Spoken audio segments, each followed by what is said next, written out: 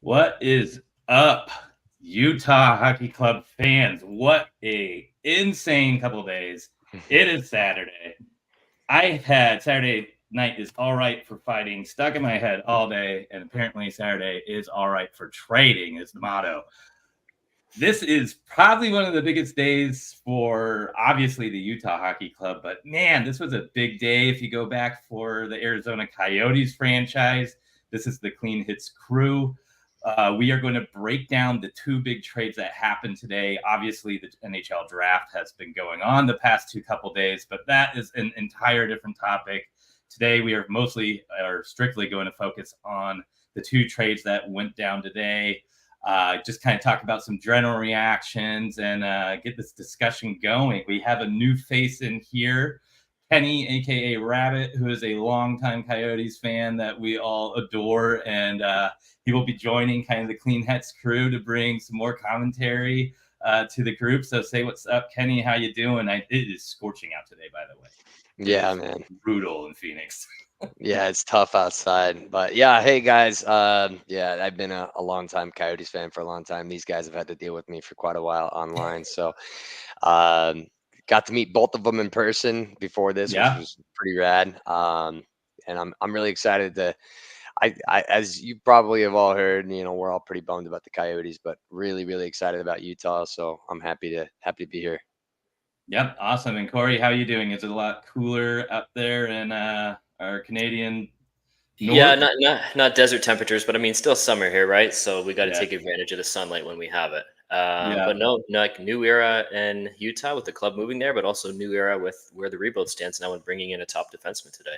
Crazy. yeah, yeah. Pretty insane. So I actually woke up before my alarm today, and when you wake up before your alarm and you just have a feeling something's happened. Mm, Immediately felt like that. I was thinking the draft was actually starting a little bit later since it was in Vegas this year, and looked at my phone and was just like, "Oh no, it's yeah. time to get up. It's time to start rolling. We got to start dissecting what just happened."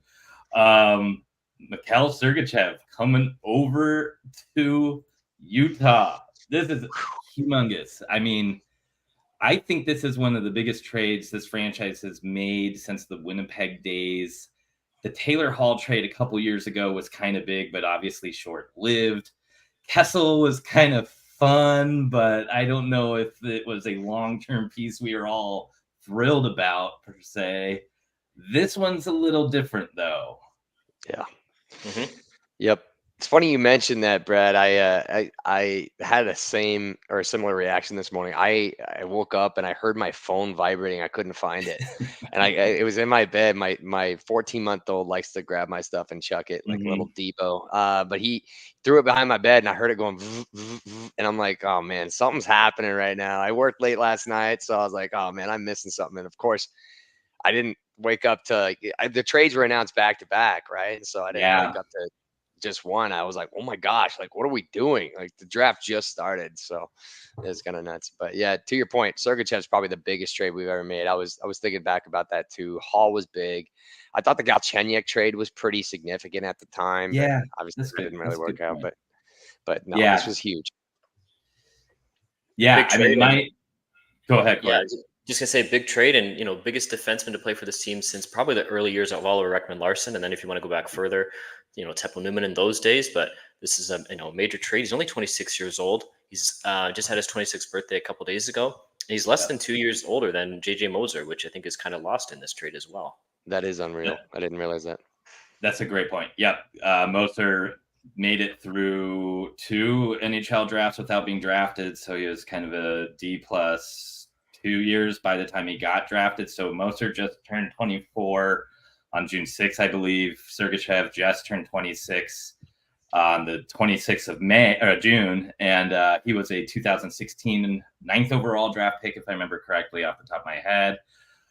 This was a guy I loved in his draft class too. I think he ended up being my top defenseman that year, if I can remember way back when in 2016. But um, very exciting to kind of watch his progression too. I remember getting so upset when Tampa smuggled him out of Montreal for Jonathan Duran, and just being like, man, the rich just honestly keep getting richer in this league. And he's honestly a guy that's kind of had a barrier with Hedman being the real top defenseman ahead of him. I also think having Hedman there helped his progression and allowed him to kind of become the player we're seeing. I would argue that not this season that just ended, but the previous season, he was Tampa's best defenseman and took some huge strides. I know this year there were some injury concerns. He never quite kind of reached some of those heights we saw 2 seasons ago. But again, this is a young defenseman. There is plenty of room to grow. This is a high offensive team he's joining. It's really easy to kind of point fingers and say, well, he's going to Utah. Like, how's he going to put up those points? But we had 20 goal scorers, and now we actually have a puck-moving defenseman. Yeah. 8 minutes. He's responsible defensively. He's kind of your ideal two-way, and I always forget he's 6'3", so he really kind of fits into that Bruce Armstrong cult of BA mold here, huh? Yeah. Yeah, he's got the size and the scoring, right? Taking some flack for last season, but he was hurt, right? Leg injury, Yep. and we'll see a bounce back from that. I mean, the Coyotes fans saw that already with Clayton Keller, and he's never been better. And then you go back a season before that, and not only was he the best defenseman on a team that included Victor Hedman, but he was top 10 in scoring among defensemen in the whole league. So, and like you said, just turned 26. He fits in with the core of this group. Lawson Krause, Clayton Keller, replaces what was lost in Jacob Chikrin. And, we had to pay a high price to do it, but you have to pay a high price when you're bringing in a big name player like that. Yeah. And I mean, what is there to say? Like, it's a bona fide number one defenseman. We haven't had that in a long time. To your point, Corey, these guys don't typically become available. So you are going to have to dump out some assets, which, in fairness, we had, all those second round draft picks that we traded away this draft. Those were all from like taking bad contracts on. So they were basically freebies. And all the armchair GMs, to your point, Brad, where they're talking about how like he can kind of be a liability defensively. You look on Twitter, that's all you see in the comments. Yeah. He's an offensive defenseman. They're just naturally they're going to take more risks, and they're going to their goofs are going to be amplified. So, I mean, you pair him, and I'm not trying to jump the gun here, but you pair him with like more of a steady defenseman, like a John Marino, which we'll talk about soon, or somebody like a minute eater. Then there's a nice yin and yang there, and you have a legitimate top pair. So yeah, again, it's crazy to think that we were able to get him and take advantage of Tampa's the cap struggles, because again, these guys don't come available very often.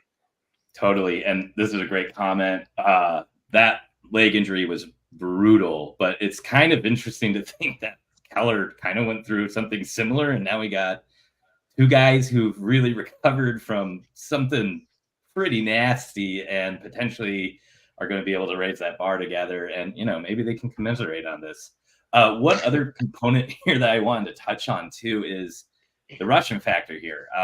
Last year, we made 2 controversial picks in the first round by taking Simashev and Boot, and the 6th overall and 12th overall pick. There's still a lot of concerns about getting these kids over from the KHL. I saw some video today with Simashev just kind of hanging around the draft, it looked like. So I think that's a good sign that he's in the U.S. I know he went to that kind of the Russian combine out in Florida too. So he seems like he's kind of taking that first step to get over here, but Boot maybe a little bit harder to get. Now we're bringing in Sergachev, a guy who can help kind of bridge that culture, especially out in Utah. I honestly don't know what that kind of Russian culture is out there, if there is a big community or not.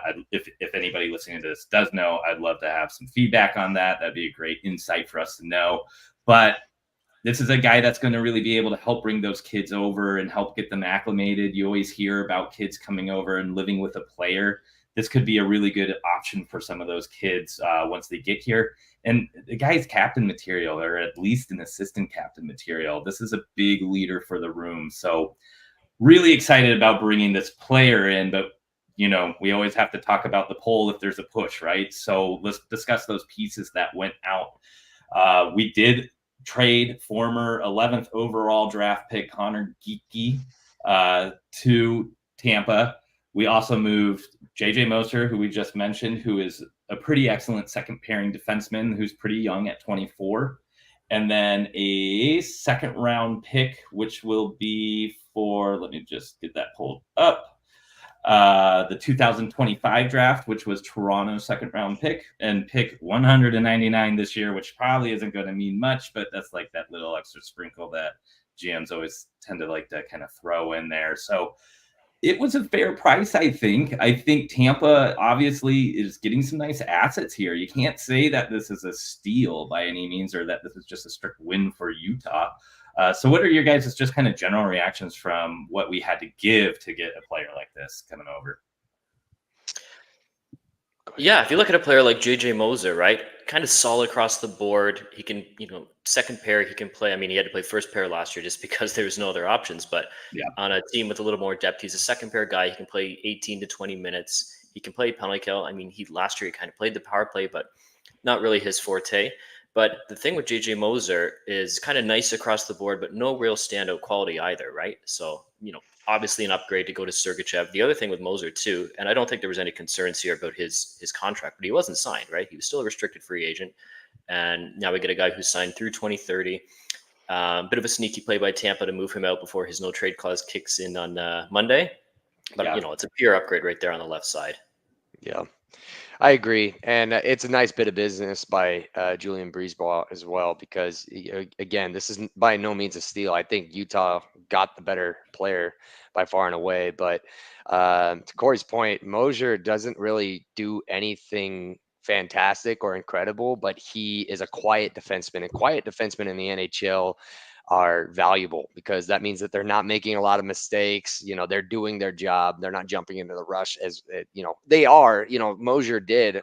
In fact, if you look at some of his highlights as far as goal scoring, some pretty good reads where he jumped in and wired a shot home. So he did kind of get forced into like top four role right early in his career, like right out of the gate. So any defensive issues that you've seen in highlight reels, just remember he's a young defenseman, and so Tampa should be excited about him. I'm bummed to lose him. I thought I was looking forward to see what he would turn out to be in the future. So Tampa should be happy. Yeah, absolutely.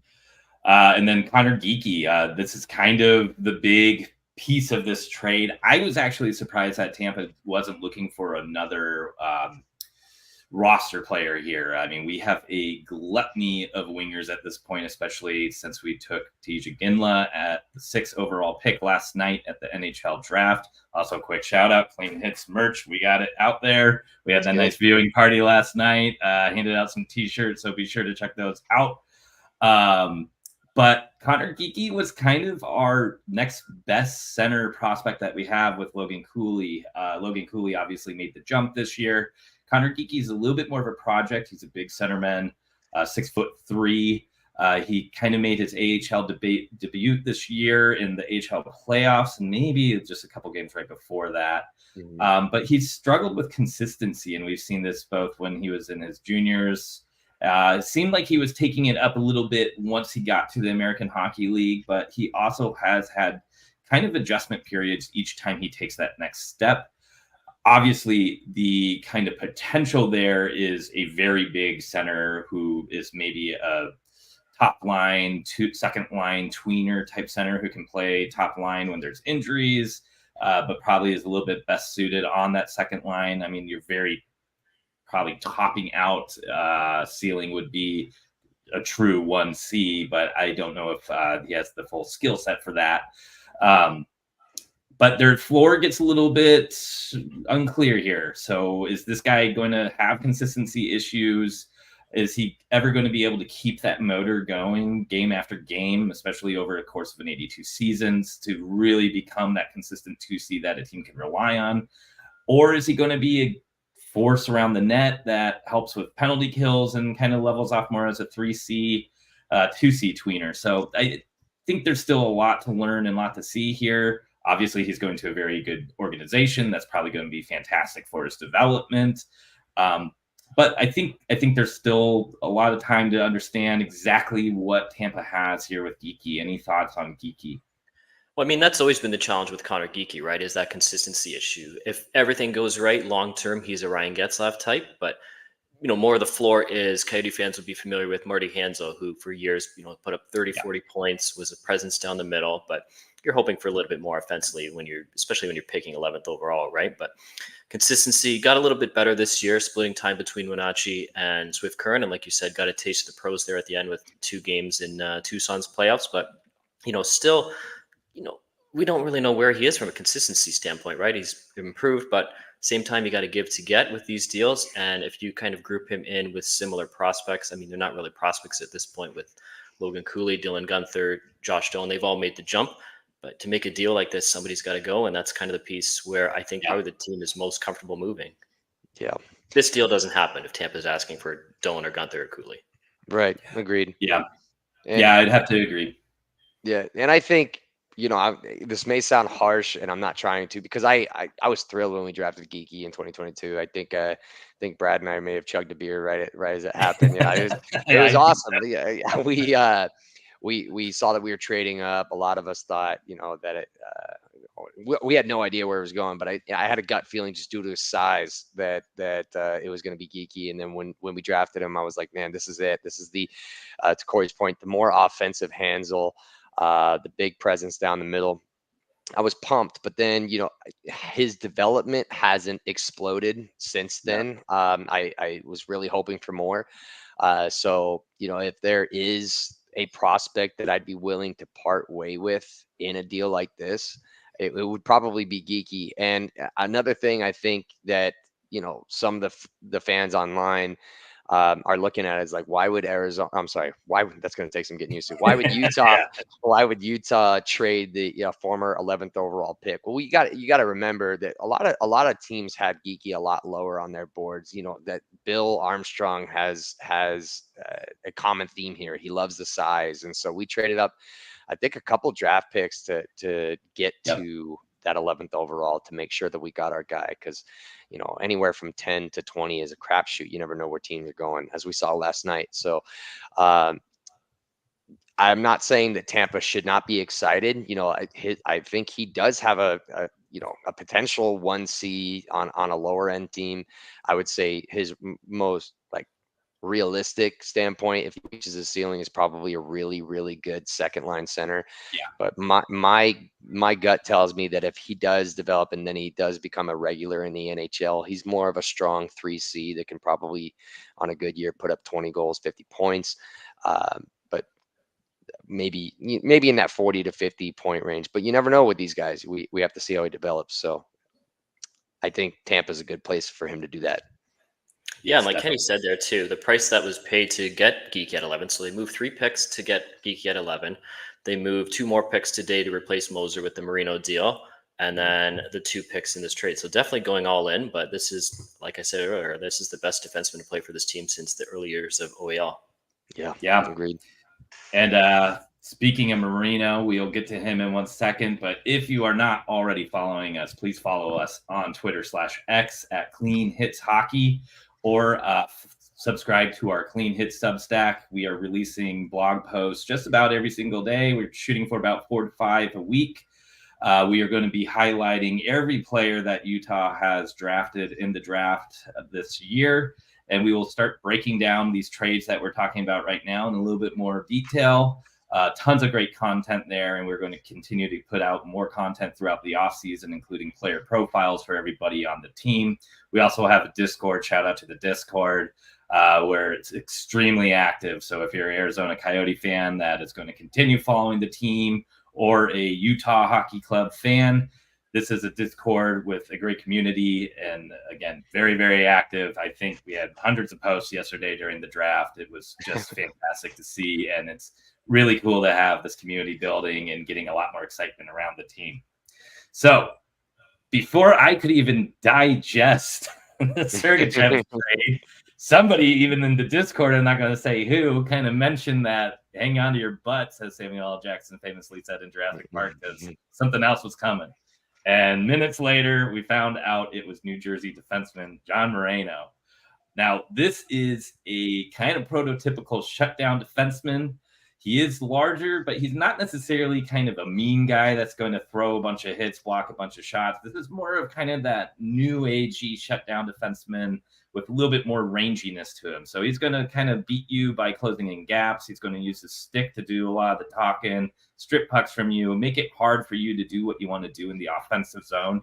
And he's still pretty good at making some of those rushes to get the puck out of his zone. So back in the John Chaika days, this would have been kind of a premium player in his mind with all kind of those analytic darlings. I know, but he kind of struggled a little bit last year, but you could also say that was a little bit in part of New Jersey's goaltending and a little bit of kind of their defensive depth collapsing. 2 seasons ago, he was absolutely fantastic and kind of was the talk of all the hockey dorks out there with just kind of how quickly he became this kind of presence out on the ice. And I think this is a complementary piece that this team desperately has needed the past 2 seasons. This was kind of like the bread and butter type player we had back in the Tippett days. And this is kind of a guy that you need if you're going to have the Sean Durzies being able to do what they really want to do on your team. And I don't know if he'll end up pairing up with Sergachev or Durzi or who yet, because there's also rumors out there that we may not be done. But I really like this addition as far as just going from near the bottom 10 of goals against in the league to hopefully getting us more into that middle section. Because again, this was a team of 7 goal scorers. We don't necessarily need too much offense from the back end. So that's what I'm thinking here. How about you guys? Yeah, I mean, he's a right-hand shot, right? So ideally we'd like to plug that remaining hole that we have on the left side in free agency or maybe another trade and just have, a top 2 that you could cycle through between Durzi and Moreno to be on that right side. I think he's got a very underrated defensive game. Like, as you said, he's very good. He's very smart and on how he closes gaps. He uses his body effectively. He's great with his stick. He's got good foot speed too. I saw a couple highlights of him chasing down, breakaways and somehow at the last minute, poking it away. So he doesn't give up. He's got a good motor on him. Yeah. Pittsburgh fans really liked him. New Jersey really liked him. And to your point, he had a little bit of a rough year, but let's be honest, so did New Jersey in whole. Yeah. So he's, I would say he does fit a good, shut down, stay at home, but also has a 2-way element to his game, which I'm really excited about. You never know. Like if we paired him with Sergachev, I feel like they would complement each other really well, just due to the fact that Sergachev is going to want to jump in and create more offense, and Marino's there to clean up the garbage if need be. Yeah. Corey, thoughts? Yeah, just one more piece on it. It's a huge upgrade from last year, right? When we were rolling out guys like Travis Dermott and Josh Brown.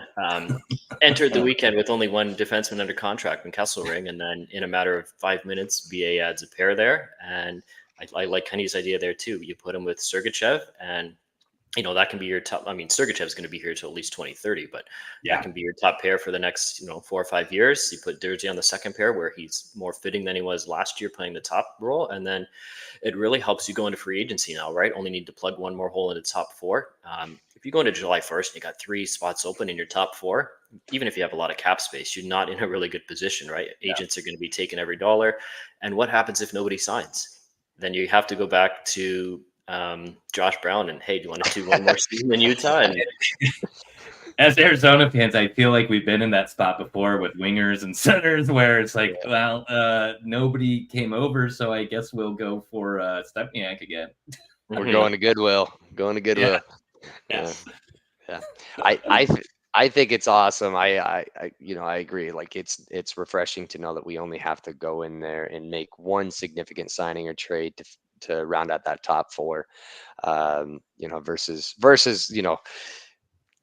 the alternative, right? Where Corey mentioned that we're going to have to go back and scramble at the last minute. So I don't think that's going to be an issue for Utah anymore, especially with Ryan Smith, who, by the way, I didn't know what to feel about the guy, but he seems like an awesome guy. I love when he got up on the draft stage. He's like, you can't boo us. We haven't done anything yet. And he's like, bring it on. I love it. So it's hard not to root for the guy. But one thing to interject, you mentioned it, Corey. I'm actually really excited to see what Kesselring does too. Like now that he's going to be comfortable on that third pairing on the right side. He showed some great great progress last year. So just having Marino and Jersey ahead of him on that right side, I think he's going to be able to play a more safe, but also take more risks as well. So I'm really looking forward to keeping our finger on the pulse on that right side. Yeah, and on the And point of Ryan Smith, there's no denying that if this team's still in Arizona, this isn't a deal that can happen. Mm-mm. Sergachev is due a $6 million signing bonus on Monday. That wouldn't have happened under the Morello era. You listened to Bill Armstrong was interviewed on NHL Network, and he said something along the lines of, now he has access to all the levers. So it's kind of like Bill Armstrong Unchained. He can do the same thing as every other GM. He's got cash. It's not just open cap space with no money to fill it. And, we're already seeing the fruits of that labor now. There's a Photoshop to be done.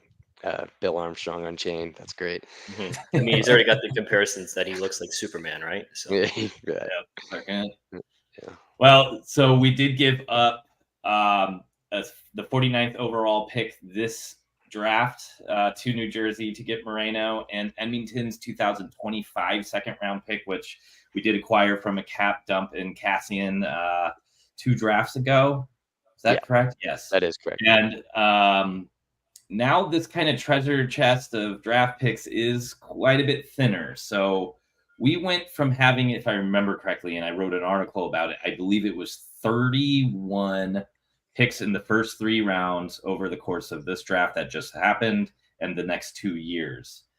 Now that number is diminished quite a bit. We still have a good amount of thirds. We have 2 thirds in the 2025 draft and 2 thirds in the 2026 draft. We do have 3 seconds still in 2026, which includes our own New York Rangers and Ottawa. And I believe, if Cap Friendly is correct, we only have 1 second in next year's draft. But that is Toronto's, which I thought was part of the Sergachev deal. I thought it was too. Cap Friendly's already mailing it in. They're like, yeah. Capitals bought us. We're done. To your point, Brad, though, it's. Oh, I'm sorry. Go ahead. Yeah, no, I'll just need to clarify all the picks that we still have there. But yeah, go ahead. Yeah. It's still a lot more than a lot of other teams out there. We spent a lot of them today, or over this last couple of days, and we still have a significant amount of draft picks for the future. And another thing that, while it hurts to like kind of give up some of those, 1, we got great players. 2, that was the only pleasure and like pride that we had as Arizona Coyotes fans. Like, oh, look at all the seconds we got, like all the thirds we got. It's like, oh, my precious, it's like, well, now, I mean, like we mentioned in the Discord earlier, we can't draft 90 players and expect them all to sign, right? Like they have to be spent one way or another. And I think they were spent wisely. And, it's, again, to all the Coyotes and Utah hockey clubbers, whatever we're calling them yet, fans out there, it's okay because we still have a big bank of draft picks to use in the future. Like Brad, we've got 3 second rounders. That's probably in the top 5, right? Of draft pick hoarding in the NHL. If there's a stat on that, there probably is. But Calgary may be in the lead now. Damn it. Right. And then, but yeah, no, still, I mean, I thought they were used wisely. Yeah, and it's good to have that. It's almost like an IV drip of prospects, right? And draft picks, where eventually this team's, a couple years down the road, they're going to be looking to contend for a Stanley Cup and to have those assets that they can move in the future. You look at teams like Florida. I mean, obviously they won the Stanley Cup, but if they didn't, they had nothing left. They'd moved all their prospect, they'd moved all their picks. So, going into next trade deadline, what do they possibly have to give up for anything to bring in? They had nothing left. Yeah. So, just another really strong move by Bill Armstrong. In Toronto, remember that when Kyle Dubas was there? I think they had like a 5th in one draft. That's all they had left. Dubas was going haywire, but yeah, it's Boston's been like that for years too. Yeah, I remember when there was all the OEL trades to Boston. It's like, but what? Or if it was different. It was like, what are you actually going to give up for this player? Right, exactly. No, I think today was overall great success for the team. I think there is going to be a little bit of a wait and see to see what happens with Connor Geekie and what he kind of turns into. But this is something that we needed to address. The team absolutely needed to get better on the back end, because you even see teams like kind of like the Devils who start to stagnate and take a step back instead of keep continuing to progress because they haven't addressed the position. Or geez, Toronto, after a year over year of just not being able to solidify that blue line. And at some point, we're going to have to start paying out these forwards. And as you're locking up money, it can be really easy to start all of a sudden looking back and going, wow, we just signed 4 guys in our top 6, but we forgot that we need to get some defensemen too here. So it's going to help BA just kind of manage this cap as we progress and start kind of locking in these ELCs long term, giving him a better idea of how to forecast that, which can be really hard if you are missing a prime position like a top 1 or 2 defensemen on the books. And again, we have them long term. I know 8.25 or 8.5 sounds like a lot right now, but the cap's going up. This is going to be equivalent to a $6.5 million deal, maybe as soon as next season. Yeah, numbers in line too with the other rumor names out there, right? Ekblad, Trouba. I think Shea Theodore is a little bit cheaper, but all 3 of those guys are older. In my mind, Sergachev is the best of the 4 there. And I think just going back to the earlier point too, kind of at a point where almost too many draft picks, right? You can only have 50 guys under contract. You can only have 90 on your reserve list. Getting to a point where they were going to be able to not sign some of these guys, right? They'd have to walk away just because they didn't have enough slots. So to be able to piece together a couple to improve, I mean, sort of like what they did way back when they brought in Geeky, right? 3 picks for 1. Similar to last night, 3 picks for 1 again with the second pick in the first round. And now packaging up multiple assets for the Sergachev deal. Yep. And it's nice to see finally what Bill Armstrong can do as far as like actual trades, right? We would see, you know, like one of his greatest trades that he made was getting it Philly to give up a second round draft pick. Wow, words are hard. Sorry, guys. In addition to Shane Gostisbehere. And then you see what Gostisbehere did for us, you know, kind of to the point where, you know, we talk about offensive defensemen who are, you know, every once in a while going to make a mistake. But overall, Gostisbehere has been great for us. And he's probably looking at that $6 million plus on his next contract when he, you know, they had to give away an asset to give him to us. So, you know, we don't see those trades anymore with Bill Armstrong. We're actually finally getting a chance to see him acquire big name players, and overall in the trades that he made today, I feel confident about it. I was a little nervous to see what he was like, what he would be like acquiring big name players, but overall I think he did a great job. I don't think either team lost the trade, and I think it was an even trade. Yep. And final thought on the trades before we just go to one other question from the comment section, and then we'll need to wrap things up. I do think another big positive here was we heard that Ryan Smith wanted to make a splash. There were Marner rumors. There were Gensel rumors. Forwards, wingers. And it just kind of was like, oh, man, I really hope we don't lock ourselves into a winger for 8 years. Then we have all these guys knocking at the door and they're just blocking a spot. No, he went out and he addressed the thing we needed absolutely most in the age range that he's going to fit with the core. He's the same class year as Clayton Keller. So this is a guy who's going to continue to grow with the team as with Sergachev. So I think that extra benefit of now there's a bunch of hype around the team. He made a big move, and it wasn't the wrong move. It was the correct one, which is an extremely difficult position to acquire, unlike a winger.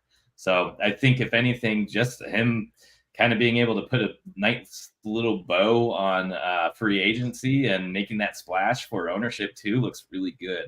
So one other question from Flo before we wrap things up.